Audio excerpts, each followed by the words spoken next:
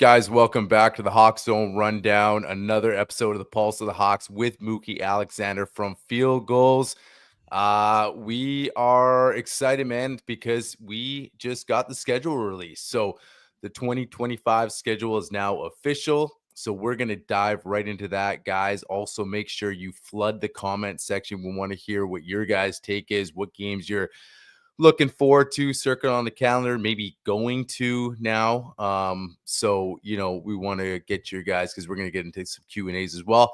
And then we're going to touch on a few other things too. Pete on 710 today had some interesting things to say there. Also the cornerback situation too. So we're going to touch on all that on the other side, guys. If you haven't done it yet, though, make sure you go down, subscribe to the channel, share the videos, like the videos. That all helps out. So on the other side, going to get into it, the schedule with Mookie, and Bryce, and Ryan. So y'all can sit here and ask me all the questions y'all want to. Don't you ever talk about me! Yeah, let's go. It's go time, baby. Here comes Gino, steps up, takes that shot to the end zone. It is Metcalf, 20. I'm just about that action, boss. You about to go get it. You just like to do it. That's what it is. Off me. Nobody in the world can do it. Are you kidding me? Trying to do that. Pass is caught back in. Jackson, Smith, and Jigba. The circus music moves in. Throws it forward. Oh my goodness, he caught it. By the way to the railroad. This is the Hawk Zone Rundown with your hosts, Ryan and Bryce. Guys, welcome back to the Hawk Zone with Mookie Alexander from Field Goals. Mookie, what is going on? It's been a little more than 2 weeks since the last time we had you on. We wanted to wait till the official schedule release. It's here now. Are you excited? Yeah, just give me a second here. Carry the 2, multiply the 5, and then add 3. Yeah, I got 21-0 and a Super Bowl championship for your Seattle Seahawks. So I had to do the quick math there. But when did we start the parade? Yeah, well, you know what? We were going to save predictions for a little later on the show. So, guys, I would have said spoiler alert. But so, yeah, that's pretty bold. But you know what? If things work out, I'll take it, man. So I'm excited. We're going to get into it, guys. We're going to each throw out our preliminary predictions. I know it's early, but, since the schedule went out, so it's always fun to do that. But we're going to get into that. But beforehand, let's touch on some Seahawks news. Let's jump into cornerbacks. We've talked about that, something that, we thought maybe they would address corner in the draft. They didn't do that because, not only the situation as far as, his contract is up at the end of the year, but also they're a little thin at the position. They bring in a guy. Why don't you touch on that and your thoughts there? Yeah. So guys, like Rasul Douglas, they brought, or they're bringing him in for a visit. Had a rocky season last year. It'll be interesting to see. Like, the thing for me is you got Zy Alexander, right? They brought him in out of LSU as a UDFA. You brought in Waxter as another cornerback. You do have Josh Jobe coming back. We know Witherspoon and Woolen are here. We know Kobe Bryant, if in a pinch, can help out in the corner spot if needed. Not ideally where we want to play him now that he's made that full-time conversion to safety. They have talked about potentially bringing Shaquille Griffin back. Yeah.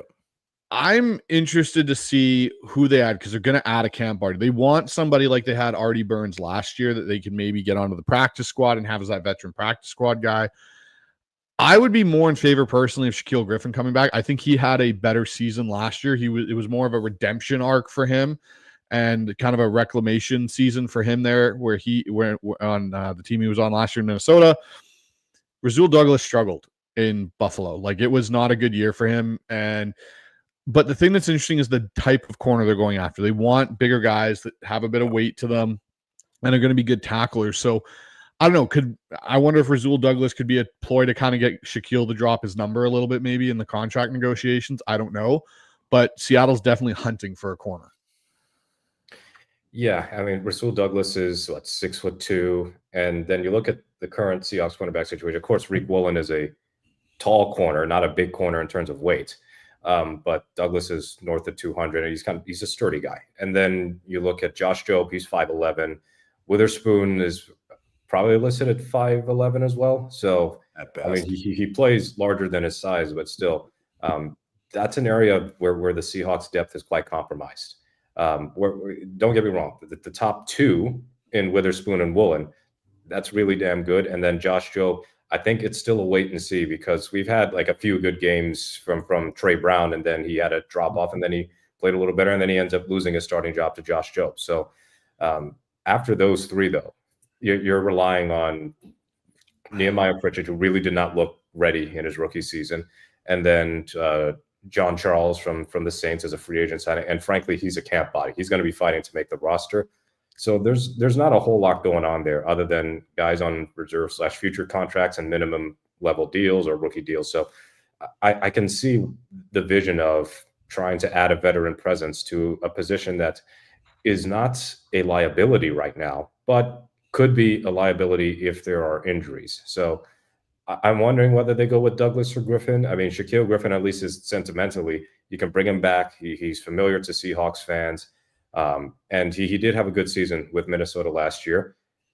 Now, keep in mind, the Vikings also had an elite defense. Certainly, we hope that the Seahawks can have a defense as good as last year's Vikings defense. But nevertheless, I think that helped Griffin quite a bit. Douglas did, as you said, he did struggle last year, but he's been good in other years, and he's a ball hawk. I mean, his career kind of got revived because he was on the Cardinals practice squad in 2021. It looked like after his Super Bowl championship year with the Eagles and as a rookie, things were kind of nosediving. He fell out of favor. He got traded, got cut, went to Carolina, then ends up on Arizona's practice squad. And then he goes to Green Bay and gets 5 picks and 2 pick sixes that season. And then Buffalo traded for him because they figured they needed a corner, and he was a quality player. I think that might have been related to a Tre'Davious White injury, but I can't be 100% sure there. But nevertheless, if they sign either one of them, I'm totally fine with it. There is a limit to playing young guys for the sake of it. So Douglas or Griffin could be kind of that Artie Burns replacement role, except Burns would be primarily in the slot. And it's not like he played a ton corner snaps when he was in Seattle. But Douglas would be that outside option. And I think that could use some help on the outside. Yeah, because it's honestly going to be an interesting thing with them. Like there's 2 positions for me on this team right now where I look at it and I go, okay, we've got to get some camp bodies in here. We've got to get some depth in here. Guys that can actually play in a pinch if we needed them to. And it's corner and it's linebacker, like off the ball linebacker. I need to be more specific. But even the depth behind Ernest Jones and Tyrese Knight is very thin. We're talking Drake Thomas, Ross, and the guy that they just brought back from the rookie minicamp in Jackson. It's an interesting kind of way of going about it. I wonder if John Schneider's maybe got a trade that he's trying to potentially look at doing or something like that to get another quality veteran player in here.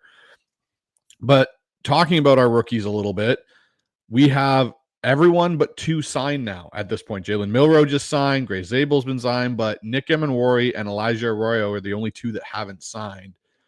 How long do you think that's going to take, Mookie? Do you think that's going to take up into training camp, or do you think that gets done before, say, the end of June? I think it gets done fairly quickly. The cap, they're under no serious cap threats or anything as far as hitting that limit. So it's just a matter of are Emenwari and Arroyo, or it could be an and/or. Will either one of them get a fully guaranteed deal as a second rounder? Because that was never a thing up until Jaden Higgins of the Houston Texans got a fully guaranteed contract. And by fully guaranteed, I mean, usually the salaries are guaranteed. It's just more the signing bonus is also, and roster bonus is also guaranteed. So Higgins was picked right before Emenwari. So that's not nothing in terms of the potential negotiation there. But the way the CBA is set up, it's really hard to have some sort of rookie contract spat. So with the Devin Witherspoon, I think that's one of those rare exceptions. It was him and Joey Bosa basically over the last decade. So as long as that's squared away by training camp, then there's really no reason to worry. But I tell you what, it felt like in years past they tended to wait until like June or something to have these contracts all squared away. And now draft's been over for a couple of weeks and they're almost done. So that's pretty cool. Yeah, no, for sure. I think real quick, I just want to go back to the Shaq Griffin thing. I think that just feels like a Pete move, man, bringing him back. I'm not saying he had a good year, but like it would just be, I feel like automatic that you'd bring in Shaq, right? Like it would just be another reunited. But I mean, this is a whole new defense now, man. He wouldn't know what he's coming into. So I think it'd be cool to get either or, and I just think, yeah, like Josh Job's got 1 year, Reek's 1 year. So that's a huge need. But yeah, I don't know, Bryce, what's your take on the unsigned two guys? Honestly, between the two, I'd probably go with, in my opinion, I think Rasul Douglas might be a better, or sorry, the two unsigned draft picks. You mean? Yeah. Sorry, I was like thinking the corner right now because we were on. Well, I mean, you could touch on that too, but I mean, but with the two draft picks, I'll go with them first. I think it's what Mookie said. I think there's some probably small hiccup, something literature-wise in there that they want, ironed out or whatnot.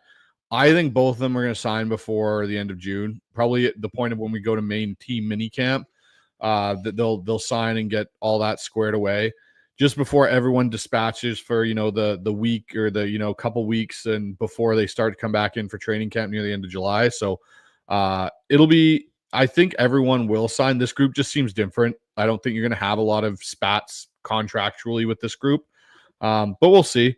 And then in the two corners, I'd probably go with Rasul Douglas. In my opinion, I would go with him. I just think he might fit better in what Mike wants to do and what they're looking for. Because yes, Shaq's been here before, but to Mookie's point earlier, we don't really have another big corner on this roster. Everyone's kind of the same size except for Woolen. So it might be nice to have another ball hawking type corner you can bring in that can, if Woolen's to get nicked up or something, or you even want to make a change because maybe Woolen's not having a good start to the year, or at some point you might be able to make that shift a little bit easier than, okay, now all of our corners are just under 6'1", and we're playing some teams that are going to have some bigger receivers. So it might make things a little bit interesting, but that's where I kind of stand on the corner thing. Yeah. Guys, moving on. Like, let's get into, before we get into the full Seahawks schedule, we got to touch on Pete Carroll back sort of in the Seattle news because he was on 710. Kind of cool, man. Like getting to hear from Pete again, and he had some interesting stuff to say. Sort of leaked a little preseason news as well, right? Raiders, Seahawks, preseason. I mean, we know how it goes. Like, obviously, that's a return of Geno Smith too.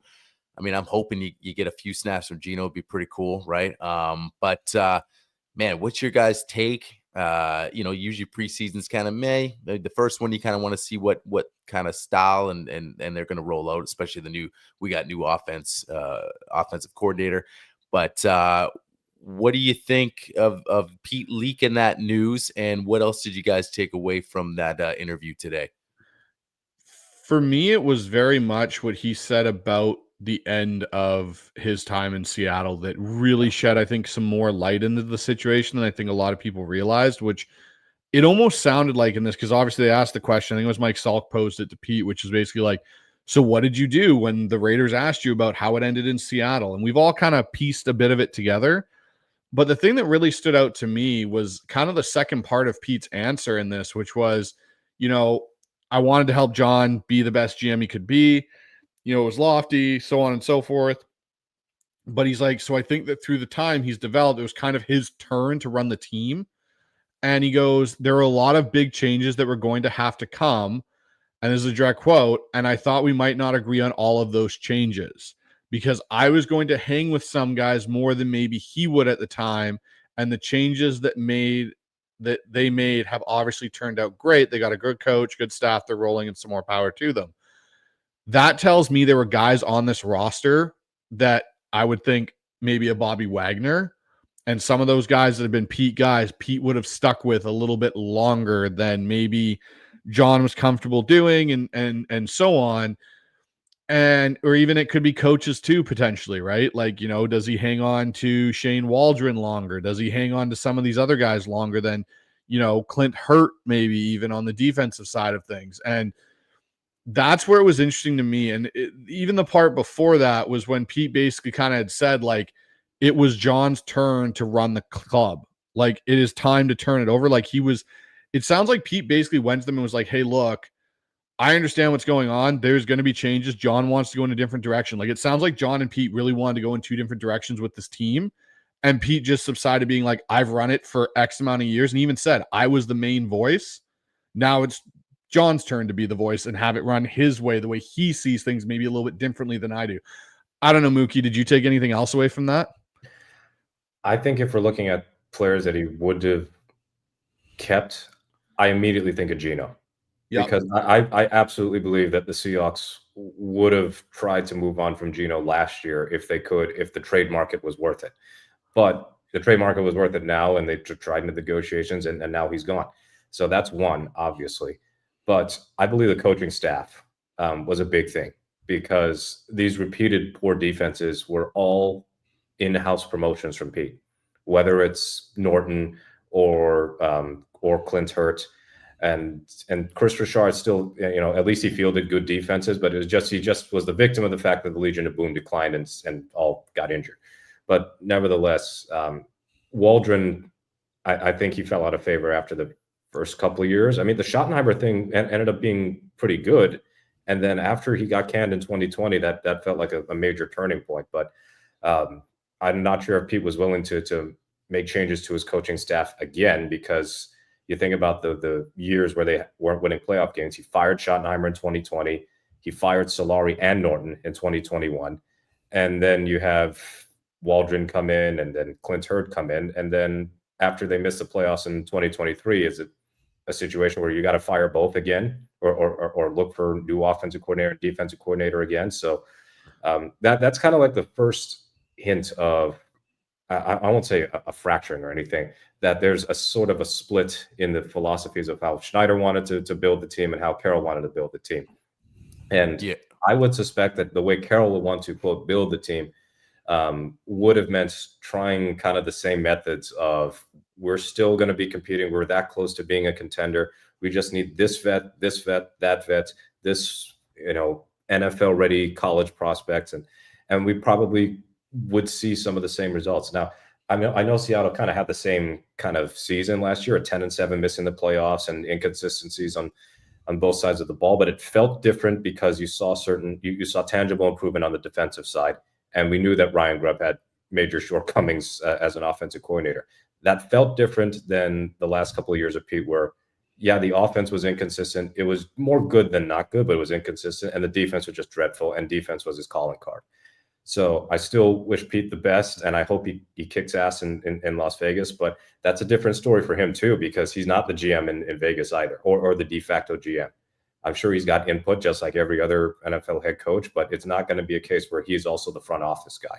And I've said it many times over, up until his departure, that Pete, the front office guy, had a major role in Pete, the coach, getting booted. And some of the decisions, whether it was him making the decision over Schneider or overriding Schneider, or the two of them making them together, those were major factors in Seattle kind of just being stuck in this middling zone for a while. And eventually, even if fans of Pete Carroll disagree with the decision to move on from him, you could see why upper management would say it's time for a change. Yeah, and the thing is too, I also think DK Metcalf would still be here. I think you'd have Geno and DK, and because Pete Tyler for sure. Yeah, guys that he's been known to hang on to a little too long, and I think, part of it's a testament to Pete as far as being that player's coach.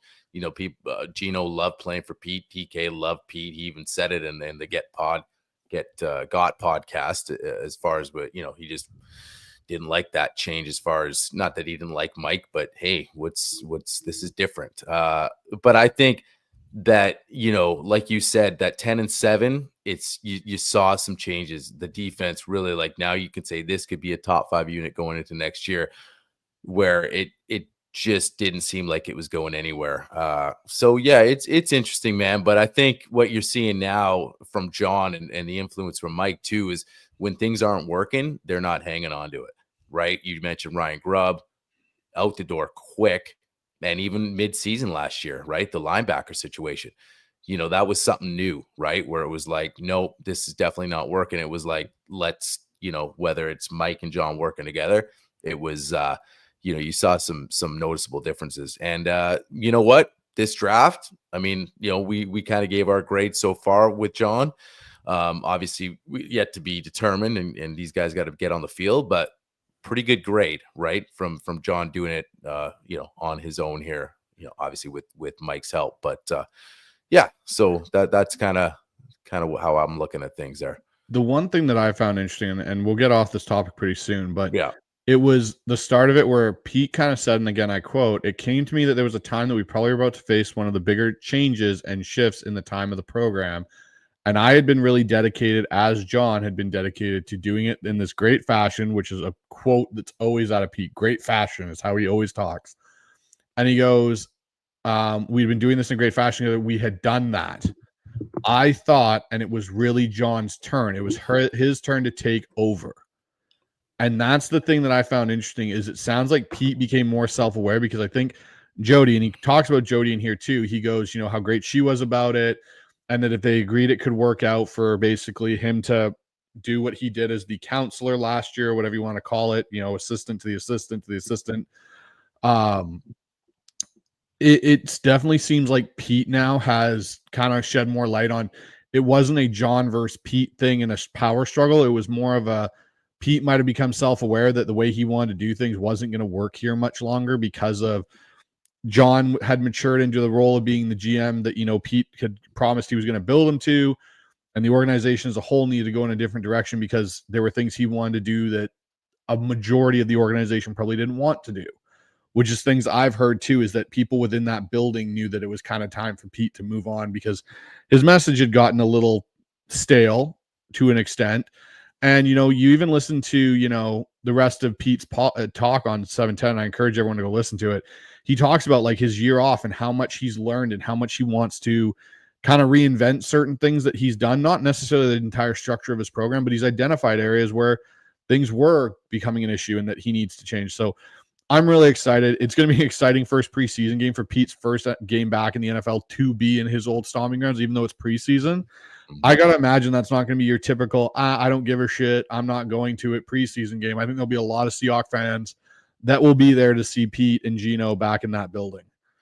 Yeah, I would like to see a sort of tribute video of sorts, kind of like whenever a famous NBA player gets traded, and then they get, actually even guys off the bench can often get tribute packages these days, but nevertheless, Pete truly deserves it. Yeah. I don't know if Gino will get the same level of gratitude from the fans. And Bryce and I were talking about this before we were on air.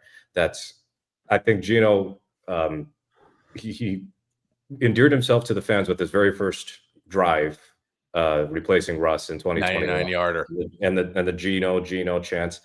But eventually, when things kind of stalled out, the great story sort of turned into, it's time to move on. It's time to move on from Gino. Gino sucks, all that. And it became kind of vitriolic in a way. And there is that video of Gino having a spat with the fan after the Vikings game, which unfortunately his final pass at Lumen Field was the game-ending pick. So I don't know if Gino will necessarily have the same reception from fans, like an appreciative reception. Now, it's not going to be as caustic as when Russ got traded, because that's a much different story there. With Gino, it's just, does the fan base think he was any good? Did the fan base ever really warm up to him? Now, Gino's probably not going to play in preseason, or at least certainly not play in the opening preseason game. Pete's going to be on the sideline. He's not going to coach the first quarter and then take the rest of the night off. So that's going to be one where I hope that the fans just give him a standing ovation. And this is not to disparage Gino in any way, but Gino was here for 3 seasons. They got no playoff wins. They got 2 missed playoff seasons. Pete Carroll has ushered in the greatest era of Seahawks football we've ever had. Got to 2 Super Bowls, won 1, been to the playoffs many times over. So that is worthy of Pete having our adulation when the time comes in August. That's not going to be your normal preseason game. That might be a hot ticket for a preseason game. Yeah, I think I agree with both you guys. He's an absolute legend in Seattle, and there should be a tribute video. There probably will be a tribute video, and also a hot ticket. But yeah, I mean, talk about a guy, and I think what you brought up with the Russ was a polarizing player, our best quarterback in franchise history. And the way it went down, especially even the year prior about the rumors of him wanting out. And I think it upset a lot of fans because people liked Russell Wilson here. I mean, back-to-back Super Bowls and obviously an amazing defense and team, but he was a big part of that. And so, and Russell Wilson fourth quarter magic. I mean, look, people really liked Russ here, and if he, you could talk about the quirkiness and this and that, but it was sort of the way it ended that upset a lot of fans, and then you got excited and said, okay, you're coming back into our house first game, like, yeah, you're gonna get booed, and because there was a lot of animosity towards him at the time. So I think that's where it came from. Now, for me, like you said, Geno is not the quarterback Russell Wilson was, and he didn't do a lot. I think, like you said, the first year was a great story because of the other fact that we were predicted to win 4 or 5 games by the experts, and then we exceed those expectations and make the playoffs and give San Francisco a run in the first half. And what a great story. Okay, let's build on that going into next season. It just now all of a sudden we become a middling team. He sort of kind of falls off the story's old, and then we're talking about, when are we going to get the next guy in here, please. There are the Geno supporters and fans, but I don't think a tribute is warranted. I think, you got to hold a special place. Russ, yeah. Pete, yes. Bobby, guys like that. That's to me who kind of warrants tribute. I think you'd have a mixed. Did Russ get a tribute? I don't think so. Well, the He only didn't game get one, the I only don't game he think. played was the first game when he was Yeah, back. I don't right? think So he got a tribute. I don't think it was a time for a tribute there. No, Like, and that's why I don't think he got one. Like 100%. If it was left on different terms, right? If it was like we just traded him because of this, but it was all the animosity. Like, he wanted out. He had the demand of teams. That would have been an awkward tribute. Tribute video. But I think you're right. I was just thinking that too. But I was like, yeah, that would have been the only opportunity. Guys, I'm sorry. I know we're gonna go through the schedule. We don't have the Giants. We're not playing the Giants, right? Or No, the Giants play the Raiders. I was like, maybe there's got to be a time when maybe there will be an opportunity before Russ retires to get a tribute video in. But he keeps bouncing around teams now. Who knows, right? The funny bit is the Giants do play at Denver this year, but let's face it, it's week 7. There is far from a guarantee that the Giants are still starting Russ by week 7. Yeah. I mean, they could be starting Dart. They could be playing Jameis. Their schedule to start the year is brutal. And then the Giants do. Russ is not getting a tribute video in Denver. I can confidently say that. He could get a tribute video from Seattle for his performance in Denver that helped land us a couple of picks. But agreed. The Giants also play the Raiders, I think, in week 17. And that could be Russ versus Geno, but I'm not really banking on that. That's one where I really wish they had booked that early in the season so that there was a higher probability of it happening. That would have been cool.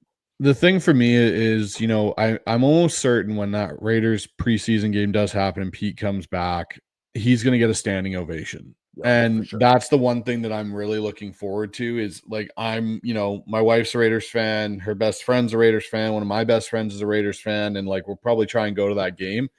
And part of it for me is I want to see Pete again and give him the standing ovation he does deserve. Because in my opinion, he is the best coach Seattle sports have had, period. In my opinion, the effect he's had on the community, the team that he coached and everything, like, he's kind of the pinnacle of what any coach coming into Seattle now, whether it's for the Kraken, whether it's for the Supersonics and the Mariners or any of those teams, the Sounders, he is the pinnacle of, like, this is what we want our coaches to be about.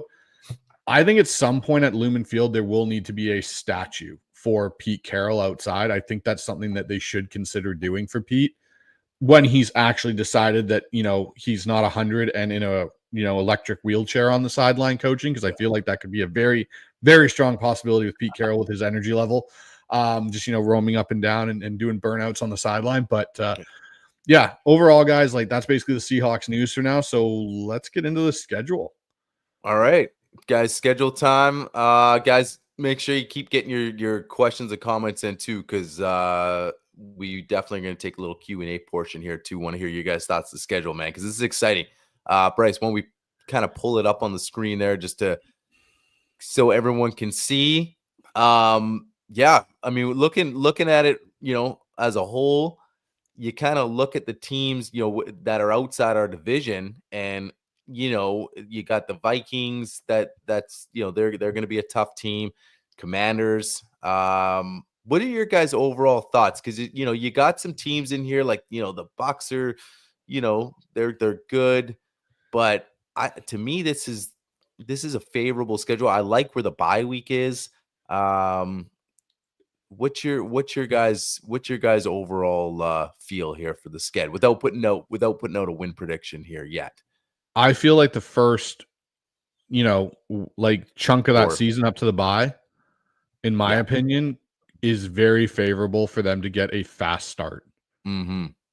Because you're talking Agreed. about, a San Francisco team that is going to be still trying to figure out a lot of things, I think, for them.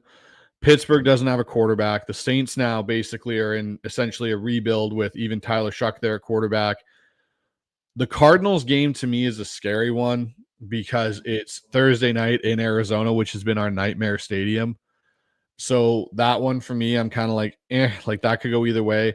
The Bucks are the first, in my opinion, the first real true test for the Seahawks in this. Yes, San Francisco's a division game, and I get it. We always, play. It's always a tough game, and it's something we got to get over the hump on. But when I look at that Bucks game, I'm happy it's at home for Seattle because I think that is really going to be a challenge.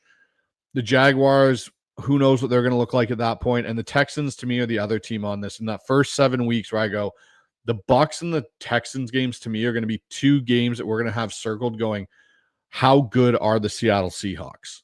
Because those are two teams that have been in the playoffs. The Bucks are going to be a team that Seattle's going to be competing with, I think, for a playoff spot, even though they're in separate divisions. But it's just, to me, in the first 7 weeks, those are the two games that I look at and I circle and I go, okay, like, what are we going to see from that team when those games happen? Yeah, I'm happy that they got the Steelers and Saints in between those two division games. Pittsburgh is very much a to be determined as far as how good they'll be because of their quarterback situation. Like, it's cool they got DK Metcalf and they traded away George Pickens. Maybe DK gets to have number 14 again, but if he doesn't have an accurate quarterback throwing the ball to him, then no Steelers receiver is going to be particularly effective. So, and then the Saints, that's probably the worst team that the Seahawks are going to play all season. I would be stunned if New Orleans was actually anywhere in the range of like 7-10. Tyler Shuck is probably going to be the starter, maybe Spencer Rattler, but Kellen Moore's got his work cut out for him because there's a big talent drain right now going on with New Orleans, or not drain, but more like it's not a great roster. Arizona is just a scare because even though they win at that stadium all the time, usually bad things have happened, especially this one on a short week. We know the last time that happened in 2017, and don't like to think about that game. I do believe that the NFC South is going to be a lot tougher than it looks on paper. So I think about Atlanta. Atlanta got a lot of national TV games this year. And then Carolina, the way that they ended last season, I feel like Carolina could be trying to make a playoff push this year. So really, other than the Saints, Tampa Bay, Atlanta, and Carolina, those could all be games that are quite tricky to maneuver. And even the Titans, with all of their former Seahawks, plus they got Cam Ward, I don't expect them to be 3-14 poor this year. I expect them to be a little bit better. So I like that the bye is at week 8 because the trade deadline is after week 9. So if they want to do a big move and make a move at the deadline, which isn't overly common in the NFL, they've got that week off right before that Washington game on Sunday night. The only surprise to me was that the Vikings game is a 1:05 kickoff, and it's not like a big national TV game or even a late doubleheader window game. So I guess the networks didn't really find much interest in Sam Darnold against his former team. I mean, that could be Sam Howell against his former team if JJ McCarthy isn't good or he's hurt again. So the schedule is cool to me. I like the mix of home and away, and I'm eager for September. What day is the first day of the season? September 7th for Seattle. Yeah, I'm eager for that day to come because I mean, San Francisco. If you can, the best way for Sam Darnold to make a positive impact on the Seahawks fan base is to beat San Francisco at home.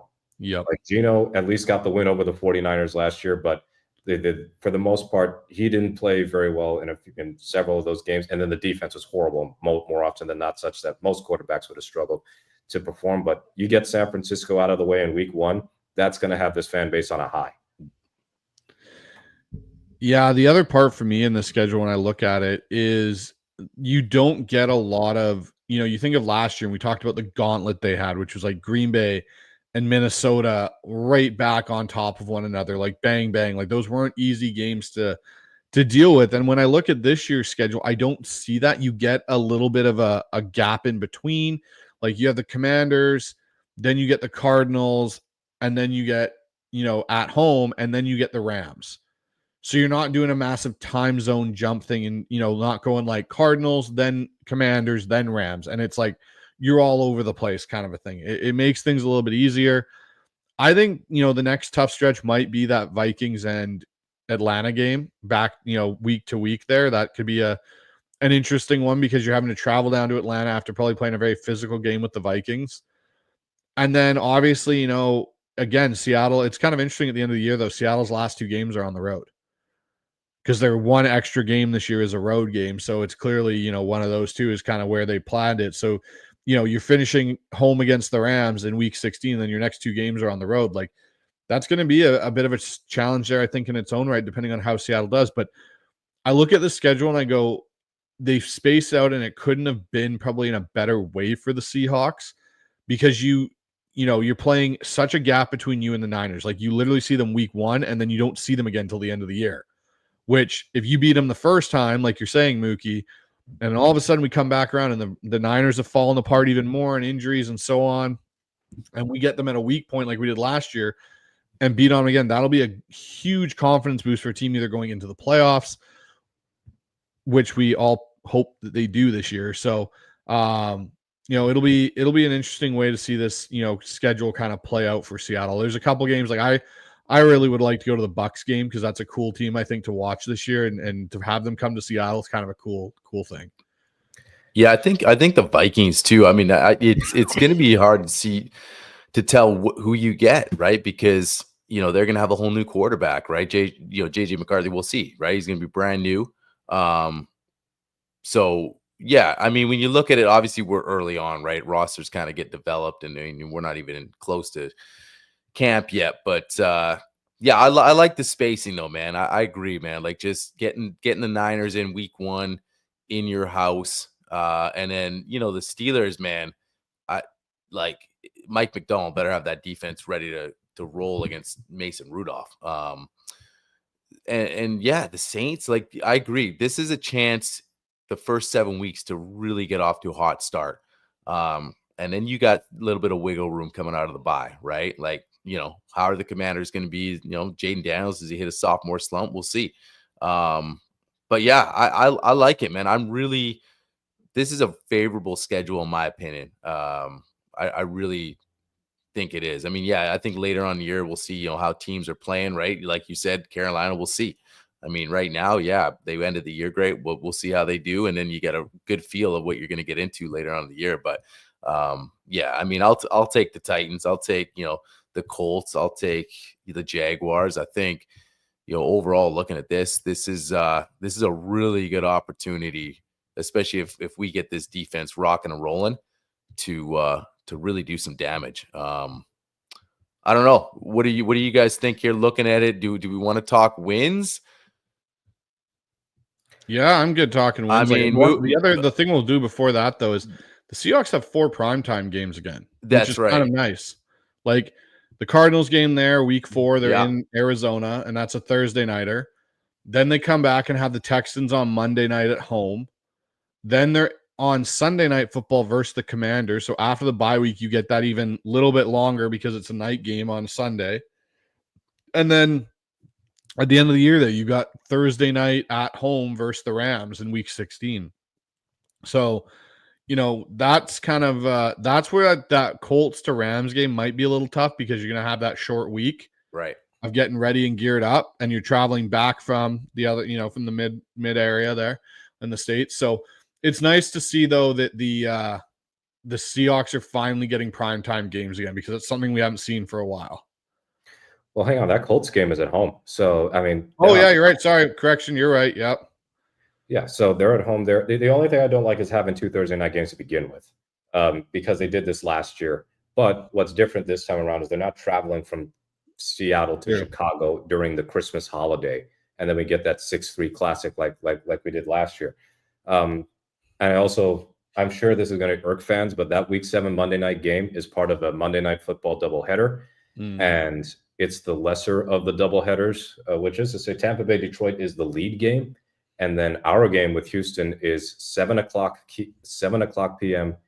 kickoff, so that's pretty late, and then it's on ESPN Plus. So for this won't affect any of our Canadian listeners. So it won't affect either of you two, Bryce and Ryan, but it will affect people in the States because that's a subscription service. That's $11.99 a month if you want to subscribe to ESPN Plus. But the good news is, if you live in the Seattle or Houston area, you'll still get that game on your local affiliate simulcast because the NFL requires that. But otherwise, they're going to get paywalled. So 3 of the 4 primetime games are, I guess, technically paywalled. But if you know your way around Prime Video, you can just watch it for free on Twitch because they actually have that option. But yeah, 4 primetime games is cool. And also to note, that Houston game, that is the only time this year, just at a quick glance, that the Seahawks are playing a team coming off a bye. Because last year it felt like they were constantly playing teams that had extended rest periods, either a bye or playing a Thursday night game the week prior. So that's pretty good. There doesn't seem to be a gauntlet, but of course we're in the middle of May. We know that there are some teams that are going to drop off that we expect to be good, and there are going to be some teams that we expect to be bad that are going to be tougher than expected or really good. But yeah, I'm stoked.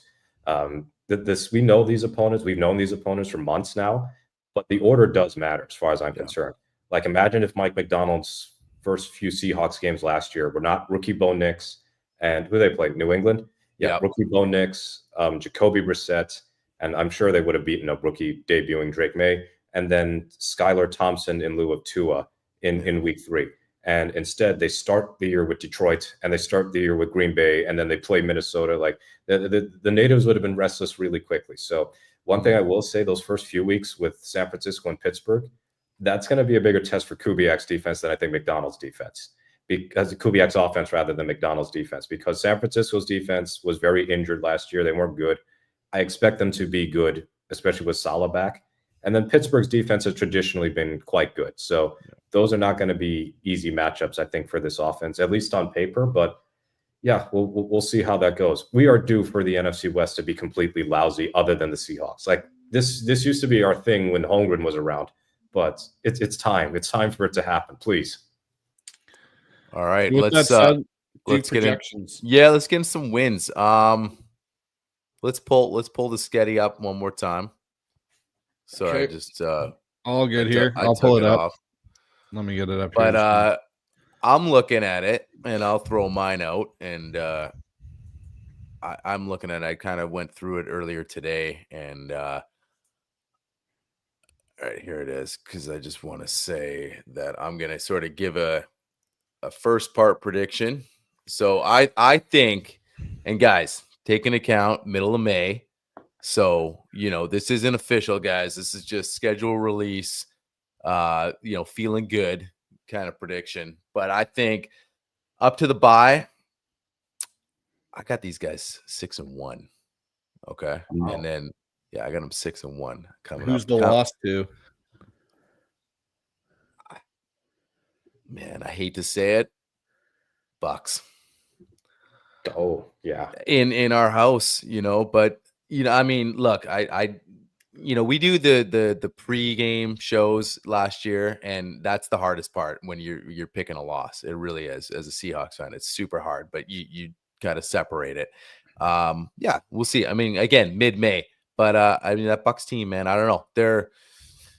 I like them. They're good. And I just think, if I'm going to pin a loss, I mean, the Texans, I mean, if anything, man, I'm just going Bucks on this one. So I got them 6-1 there.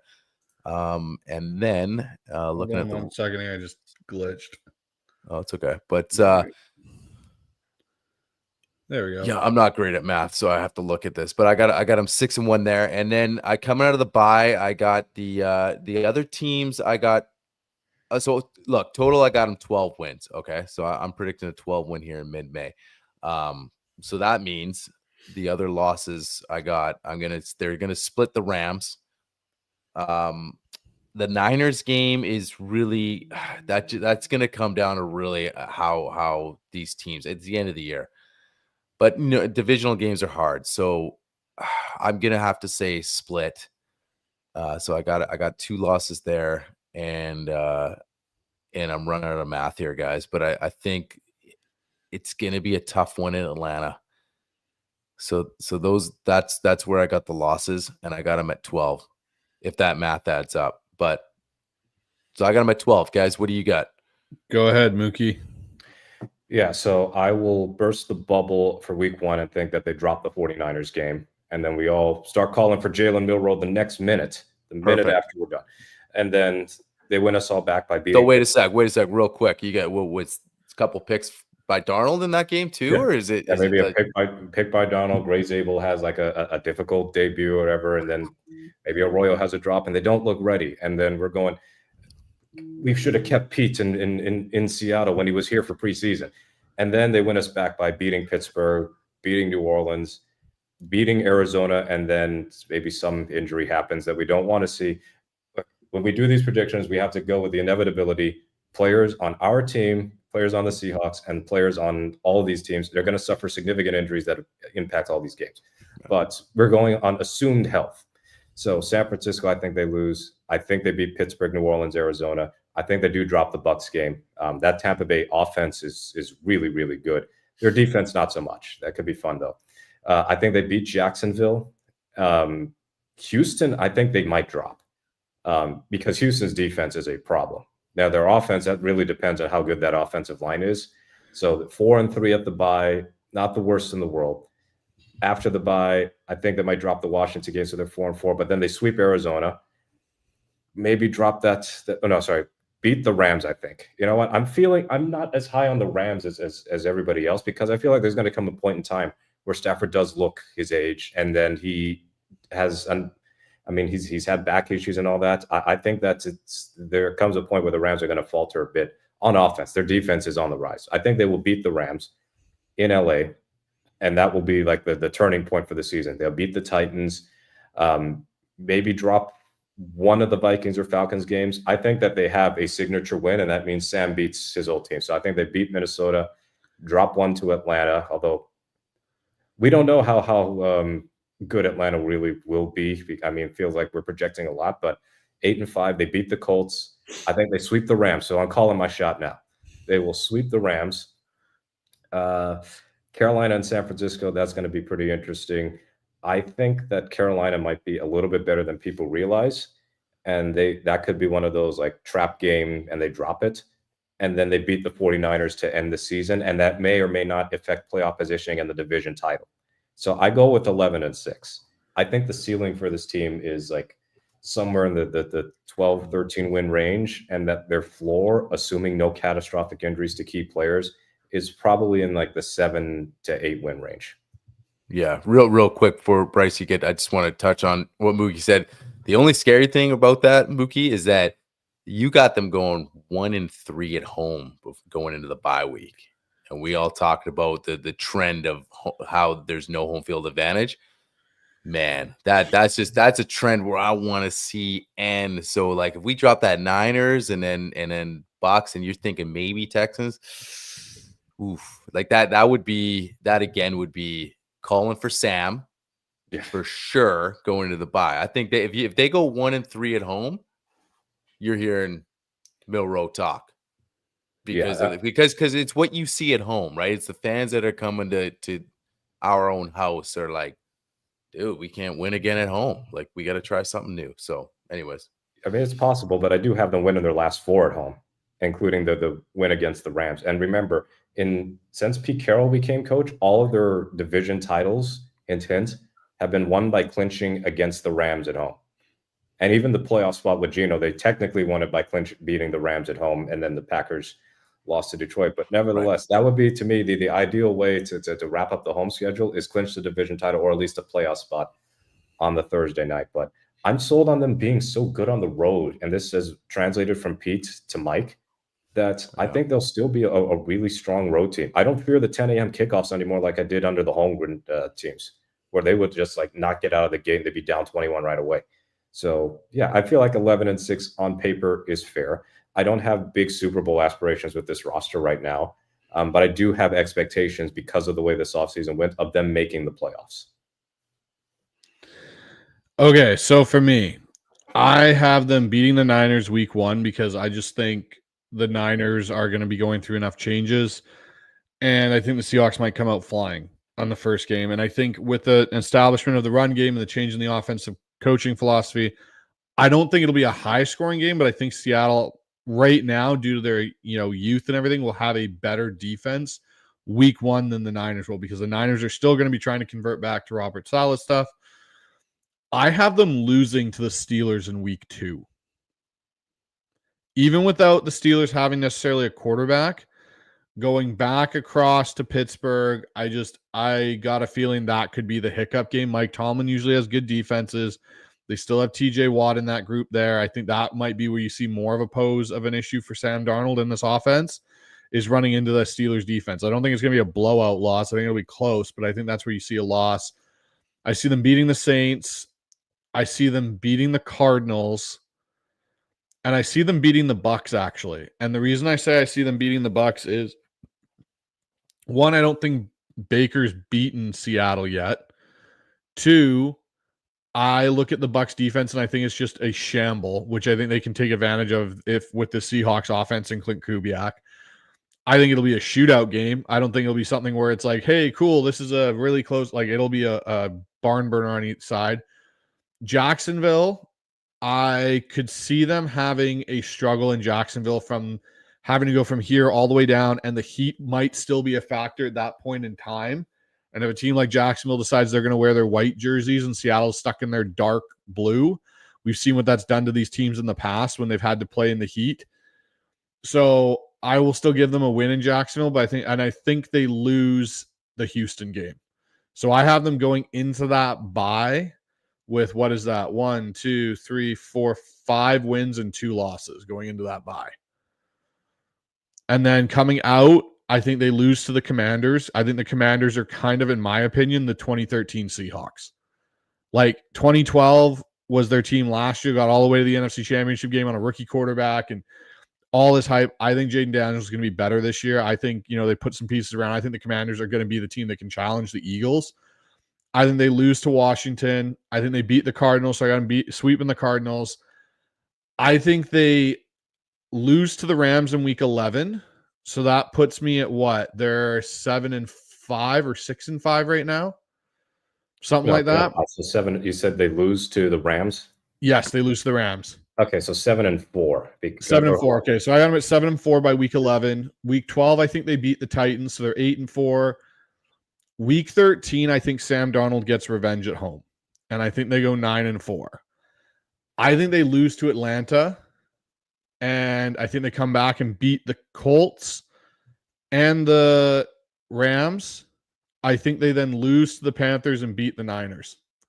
Okay, that's 11-6. I made a mistake because I counted the bye week. I made a mistake at the top of the show saying 21-0. Obviously, it's 20-0, but maybe we're going to defeat the bye week so soundly that we'll be pros at that. Yes. But I've got them at 11-6. Well, I think this could be a 12-win team, and I think there's some games that could flip either way, like the Atlanta game or the Carolina game being that 12th win, but I see them as an 11-6 football team right now in May. In May. I mean, we're all super close there. I think you just look at the schedule and you kind of think of how we kind of finish as a defense and getting excited with how Mike can really turn this around, man. I just think, like you said, that the Bucks, I agree, man. I just think, like you said, that it could be a shootout game, but you bring up a good point about the Steelers, man. You do got to go back east. Tomlin's feisty. That defense is going to be good. And also you got to think, how quickly is this Kubiak offense going to get rolling? So that's the other thing too, when you face a good defense on the road, right? So, sitting here in May, that I agree that actually can be a tough game. We're all looking at it like, hey, it's Mason Rudolph, but you got to think of like, hey, how are we going to, how is our offense going to do on the road in Pittsburgh week 2? So, that might be a game where you'd kind of rather have that game a little later in the year, when we get more established with everything, I think you'd be a little more comfortable if that was like a week 6 or after the bye week type of game. I agree. That could be a game, could go either way for me now that I'm thinking about it. Yeah, I mean, I think what's inevitable is the Seahawks are going to have a really, really good win against a very good team. We've had it pretty much every year. Yeah. And they're going to have a really annoying loss to Yep. a bad team or a mediocre team, but that's not unique to the Seahawks. I mean, we've seen Super Bowl contenders just drop absolute clunkers for no particular reason other than just the randomness of the NFL. It happens in other sports. I mean, you can have the best team in the NBA lose to a lottery team, or a Major League Baseball team get swept in a 3-game series. Like you could have. I don't think the Yankees are losing to the Rockies anytime soon, but if you randomly match them up and play them like 9 times, the Rockies might be able to get a few games out of them. And then same with hockey and other sports. It's just that football's got such a small sample size that the results have a greater impact. So, I can see like the Pittsburgh game could definitely be tricky, as you said, Bryce, because of the defense, and we'll see who's the quarterback. And even, I said earlier, the Tennessee game could be a tricky one if Cam Ward really is that guy and they make major strides on offense. So it's mid-May. We will get hyped up. This is peak optimism season for most fan bases. And I think the draft kind of reeled us in. The way that draft went has given a sort of boost to energy and optimism within the fan base. And then once we sit through the lulls of the offseason and then we're watching mini camp highlights in slow motion of 5-yard outs being thrown, then we're going Super Bowl, baby. There's just depth everywhere. And then preseason happens, and then we go, yeah, Super Bowl is definitely happening. Regular season will maybe knock us down a peg or two, but hopefully nobody's is jumping off the ledge just yet after a couple of games. Yeah. Guys, why don't we jump into a little bit of Q&A? Yeah, sounds good good to me. Okay, let's kick it off here. Speaking of the Steelers, Mookie, I want to get your take on this real quick too, because only DK's mom loves his offseason move. LOL. What do you think DK is thinking about? Now, I know he got paid a lot of money, so the easy answer is, well, he got paid, he's happy. But from a football standpoint, like, what do you think's going through DK's head? Since his buddy's gone, and okay, well, maybe Fields will still be there, and he's left with Mason Rudolph. Yeah, I'm sure he's happy with the money. I'm sure that he is hoping that Mason Rudolph has a unexpected career year, or that Will Howard ends up being a 6th-round gem, because otherwise, like, that's a dire quarterback room, and there's only so much you can do.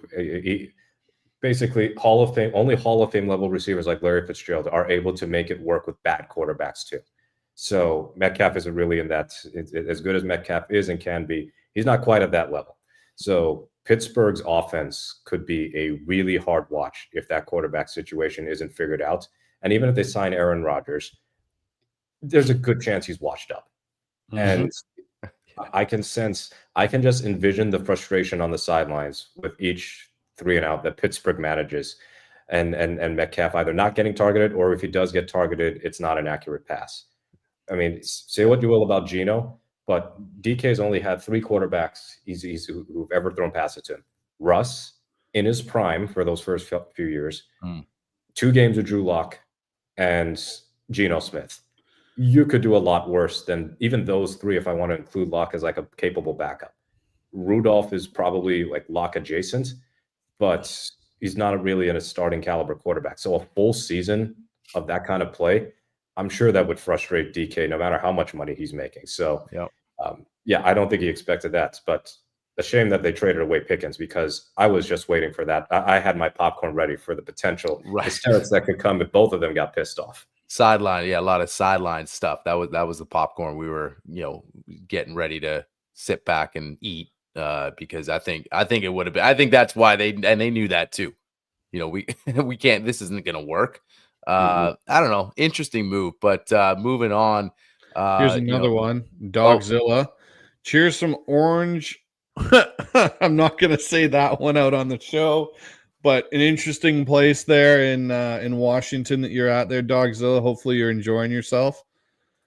I'm sure he is. I'm definitely not searching that. No, I am not either. But he comes in with a good one here. He goes, Week 17 versus the Rams will hopefully be huge. I agree. I think that'd be good to see if that's another game like, it was last year, earlier in the year for us, though, where it could decide the division. That would make that game more intense, being the last home game of the year. Yeah. And the atmosphere hopefully would match the occasion. I wonder when they're gonna wear their new rivals or whatever those. Basically they're an inspiration off of the MLB's inner city jerseys. Yeah, so we'll see when they get unveiled. In fact, Mike Smith in the comments had mentioned the same thing. So maybe the 49ers game right away, but I think they would save that for a game. Yeah. Best Seahawks get pumped up for a game YouTube intro. Appreciate that. And guys, there's going to be a premiere of a new one as well coming up because it's a new era. And but that's going to be closer to the season. But appreciate that. Let's keep things rolling. What do you got?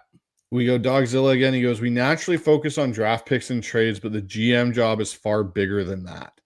And I think this goes back to what we were talking about earlier with Pete and John, just like all the stuff that John, I'll say this, John, this offseason, I think has, depending on how this draft class hits, if this team does well, gets 11 wins, gets into the playoffs, and even wins a playoff game, I'm not saying they win 2, but they win a playoff game and get going in the right direction, this might be as an impactful offseason John has had since that 2012 draft class year. Going into 2013 when he signed Michael Bennett and Cliff Averill and that team really took off, this has a chance to be that transformative for them as an organization. Mm-hmm. Yeah, it is more than picks and trades and signs. It's also a people business. It's also the contracts. It's also identifying fits, of which I don't think the Seahawks have done a particularly good job of that over the years. But this felt like a very sound process just for this draft, if you want to go back to that well. But yeah, if he knocks it out of the park in terms of the way the win-loss record looks, and this is accounting for variables like spate of injuries, bad luck, whatever is going on, we don't have to worry about, he doesn't have to worry about any job security. And there could be a sense of belief that the Seahawks are really on the up and up toward contention. And I think having Milroe in there also kind of I think it has some sort of impact on the fan base. Like, okay, if Sam isn't the guy, then maybe Milroe will be, or even if Sam is the guy and you keep developing Milroe, it's handing the keys over to your successor, if you will, your potential successor in a advantageous situation, as opposed to what so many teams do, which is we need a franchise quarterback, but also we have got a terrible roster that needs major overhaul. Mm-hmm. Well, and there's also, I feel like there's a glimpse of the future that can be, and how we're not in a position where we have to rush that future either. I think that gets the fan base excited too. And you also have a legitimate dude that can keep you in contention. So I've said it before, like we're in such I feel like a good spot in the quarterback room that, because not only is this guy potentially the future if he develops, he's an exciting athlete that you look at him and say, this guy has a lot of intangibles. Now he can just take his time and learn.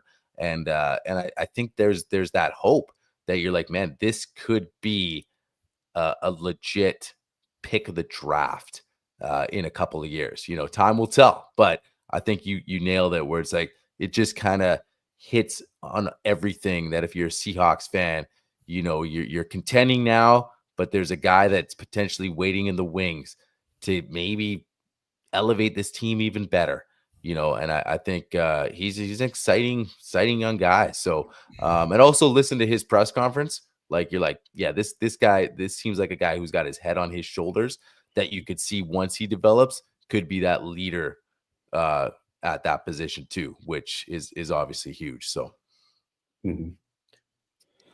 Okay, guys, so this one here from Kendrick Lamar. Didn't know we had him in the chat. That's awesome.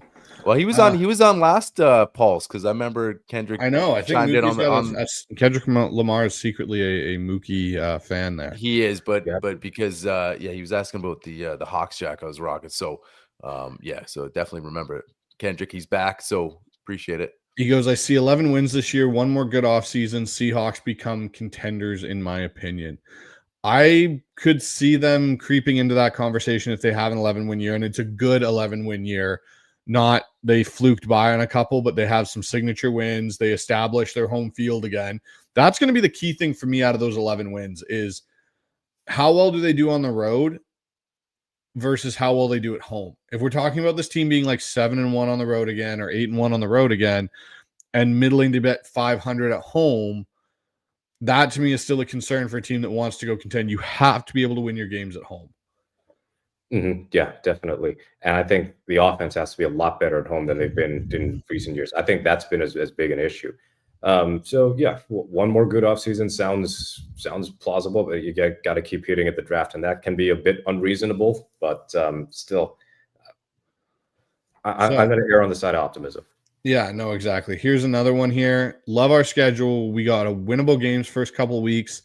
Too many people having us win 7 games again. I'm laughing my ass off. We can win more than that. I've been heard 7. You heard it? Well, Vegas has us at 7.5 right now, actually.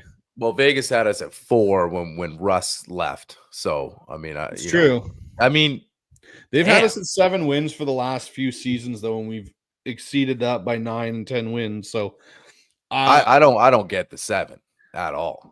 I do because of the changes of stability you've had on offense. That's the thing why I think they're pushing that 7 wins. It's not to do with the defense. I think it's just to do with you've lost DK, you've added an older receiver in Cooper Kupp, you've done all, this, and this. And that's why you see the 7 wins. I don't agree with it either, but that's where I think you see it coming from. I agree where you see that for sure. And I think, but again, I think does that not play off the same as when we were predicted to win 4 or 5 when Russ left? Like, not knowing where Russ actually was at the point of his career. Like it was when we look at it's Seahawks, analyzing Seahawks, and say, hey, this is good. Like this is the time to get rid of Russell Wilson. And where the Geno Smith thing, they're looking at it like, oh man, they lost DK, they lost Geno. Just looking at names more than like, what was actually happening. And the horrible offensive coordinator we had as well. So, you look at it now and we're looking at it like, man, you bring in a guy and Sam and yet to be seen with Clint, but knowing his style of offense, you just shake your head. But I get your points of how they're looking at it, but look a little deeper. I can see it happening. As I said, the floor is 7 wins. And the simple thing is if the offensive line does not get to even mediocre level, I don't think Darnold is that type of quarterback who can overcome a consistently bad offensive line. So if that happens, then we're in for a long season because the rest of the NFC West, the Niners loaded up in the trenches on the defensive side of the ball. The Rams, we know, have a loaded defensive front. Arizona made significant moves, including re-signing LJ Collier to stuff their defense. Massive. Like, how did they get the money to do that? That is so crucial. All that money on Josh Sweat, I thought, man, but they gotta keep Collier, the sack sensei, they call him, which was new to me the minute that he got re-signed. But yeah, in all seriousness, like 6 games against those defensive fronts, if they're all as good as advertised, like this is a big moment for the offensive line. So if the O-line is better, if the scheming is better, to me, the season is largely dependent on the improvements of the offense. And the scheming is going to be better. I mean, there's no question about that. I mean, it couldn't get any worse than last year. Yes. I mean, that's how you look at it too, because the O-line's struggling, and obviously a big part of that too was Abe Lucas being out for a good chunk. And now that we see that he seems to be healthy and coming in, that you hope that that's going to be dialed in on the ends, and inserting a rookie, it's not like, hey guys, let's it's going to be he's a rookie, right? In Zabel, but I got a lot more faith in this scheme to at least put Sam, if the line struggles a bit, in a lot better positions to succeed than say Grubb was doing, knowing that was the weak point of the squad. So and then I also believe that this defense is just going to continue to get better, especially when you look at the first part of last year. There was stuff that Mike wasn't even bringing out, right? Because he's like, no, we're not ready for this yet. We're slowly integrating my system. And then you saw it take off in the second half. That I really believe that this is just going to get to be a better defense. That again, if Sam's struggling or something, that we're going to be in more games than not. So yeah, so even if there's some struggles there, like we're talking about what with the 30th offensive line, 31st offensive line last year, we still won 10 football games. So, and I understand we have a different quarterback, but that's a bad offensive line, and you still won 10 games. So I feel like this defense is going to be starting to be the identity of this team too. So if it was Pete's defense the last few years, then I think I'd agree more than like, oh man, like yeah, that struggles there on offense. Like we are in really big trouble. So here's another one, guys, from Mike Smith. He's always in our chat. Why do we always play the Falcons in Atlanta? No, it reminds me of the days of Carolina, where we used to always play Carolina in Carolina, either the beginning or midway point through the season or something. Right. I think it's just one of those things again that they're doing. Who knows why, Mike? It's just the NFL being the NFL. Got another one in here. Armax sniffing Baker's jock strap too much. I mean, you can't. Yeah, hey man, I guess there's some truth to that, maybe. But hey, I've always rode with Baker, right? You guys know that. Like I've even when he took a lot of heat and a lot of hate, in the Cleveland days, and then he going to Carolina, people were like, "See, told you so," and instead of looking at how much of a debacle that organization was. And but I always said, look, man, I believe in this guy, and their offense is good. So, like we mentioned, I think we're all in debate that, or all in agreement that it's gonna be it could be a toss-up game there. So but yeah, hey man, it's just it is what it is. That's good though. That's good. That's good. WD Ford comes in. My fear is the O-line isn't really improved, which takes the ground and pound away as Darnold struggles to generate explosive under pressure. What's the win-loss if Darnold has to pass often from behind? I think 7's the floor. That's what I think it is. I still think this team is good enough on defense and with enough weapons, even if Darnold's been forced to pass it. They've bottomed out as a 7-win team. I, however, believe this offensive line will be improved just purely from the entire coaching staff they have brought in and the direction they want to go with it. That the play action, the biggest thing this offensive line has struggled with, I will say at least last year, was there was no play action game to speak of to give them a shot. And so when I look at that changes how an offense is completely structured. If you're just dropping back to pass and playing from shotgun, there's no kind of magic and curtains and stuff to the offense. It's basically like, hey, this is what we're doing. You can try and stop us, which last year most teams did at points. This year I don't think you'll see that. I think you'll see more of a commitment to certain things that are going to help alleviate some of those concerns. And I think you're going to see a better offensive line, because I truly think Gray Zabel is an immediate impact over what we've had at left guard, I'd say, since probably Mike Upati played at left guard. Man, I almost forgot about Upati. Yeah, Darnold did not play from behind very often from a big deficits, 2-score deficits. And then we saw in the Detroit and Rams games consecutively that when that happened, things kind of fell apart and they reverted to old Sam. So the Vikings had such a great defense, and they hit explosive that they were able to play with a lead so frequently. I tell you what, I'm not saying 14-3 good for Seattle, but I would just love for them to have games again where they are playing with a sizable lead early, and they just put their foot on the gas and don't let up, and just have comfortable wins. Not the Miami game where we're 17-3, and the only reason why that game was still like 17-3 is because Miami had backups at quarterback, the backups to the backup. That could have been a much different game if that was Tua playing. But the number of wins where they've been able to win by like 20-something, that's been so few and far between for years now. So I'd just like to go back to those days where if the offense can build and have like a 2-3 touchdown lead, the defense can really pin their ears back, get into obvious passing situations, and generate turnovers. And generate turnovers a lot better than they have the last couple of years. That's the type of complementary football that I think has been missing from the Seahawks for, frankly, way too long. And that's why they've been middling. So a step in the right direction. Start winning win that Saints game by a huge margin, please. Yeah, no, for sure. A couple right, more Ryan, real quick. Yeah, just do a Well, few more here. real quick, then we're gonna get out of here. How does Bryce display his lids? Need MTV cribs on the lid room. Yeah, must not sweat a lot because them lids always fresh. So I don't know. What's the secret? Have a lot of hats, wear them in rotation, don't wear them consistently, and then have a few hats that you know are deemed as your sweat in them hats. And wash them. guys. I've got the hat washer things. I wash my hats. My wife has a secret way of doing it that keeps them nice and fresh all the time. So Nice. So yeah, that secret's not gonna be revealed, guys.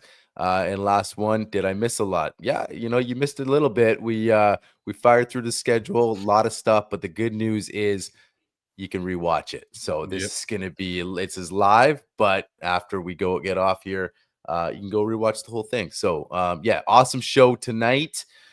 Guys, we appreciate everyone tuning in. A lot of people tuning in live to the show. We appreciate it. Awesome stuff. So guys, make sure if you haven't yet, go down, subscribe to the channel, and all that cool stuff helps us out. And we're also on fieldgoals.com. So go down there because not only will you see our podcast, but there's awesome writers there with a lot of great insight and content for you guys to check out. So that is going to be it for us tonight. We got stuff coming up, so just keep it rolling. Hit the notification button so you know when that's happening. And but that's it for us tonight. We are pumped. We want the season to get going. But tonight, that's it. Go Hawks. go Hawks.